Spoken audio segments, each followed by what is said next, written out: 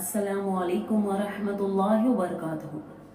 உங்களுடைய அமைதியை, உங்களுடைய நம்பிக்கை என்று இந்த தலைப்பில் நாம் சில விஷயங்களில் சற்று விரிவாக பார்க்கலாம். அன்புள்ள சகோதரிகளை, இன்று நம்முடைய இருக்கின்ற பல குழப்பங்களுக்கும், பல கஷ்டங்களுக்கும், பல விமர்சனங்களுக்கும் அதை எப்படி எதிர்கொள்வது என்று அறியாமல் திக்குமுக்காகி கொண்டிருக்கின்றோம். அல்லாஹ் தன் திருமறை குர்ஆனில் 2வது அத்தியாயத்தில் 153வது வசனத்தில், நம்பிக்கையாளர்களே, நீங்கள் உங்கள் முயற்சியில் வெற்றி அடைவதற்காக பொறுமையை கொண்டும் தொழுகையை கொண்டும் உதவி தேடுங்கள், நிச்சயமாக அல்லாஹ் பொறுமையாளர்களுடன் இருக்கிறான் என்றும்.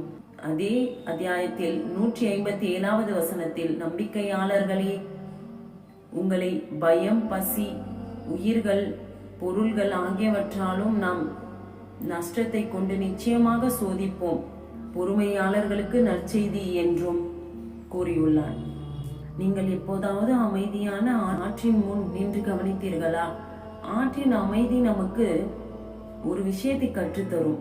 ஆற்றுக்குள் பல வகையான குப்பைகள், சிறு சிறு ஓடைகளும் ஒன்று சேர்ந்தாலும் அதை எப்படி சலசலப்பு இல்லாமல் சுவையான நீரை கொடுக்கின்றதோ, அதே போல் உங்கள் மீது வைக்கும் விமர்சனங்கள், பொய்கள், இன்னல்கள், அதனால் நீங்கள் படும் கஷ்டங்கள், இதையெல்லாம் நீங்கள் உள்வாங்கிக் கொண்டு அல்லாஹ்விடம் உதவி கேட்டுக்கொண்டு பொறுமையாகவும் அமைதியாகவும் இருந்தால் இன்ஷா அல்லாஹ் அந்த அமைதியே உங்களின் நம்பிக்கையாக மாறும்.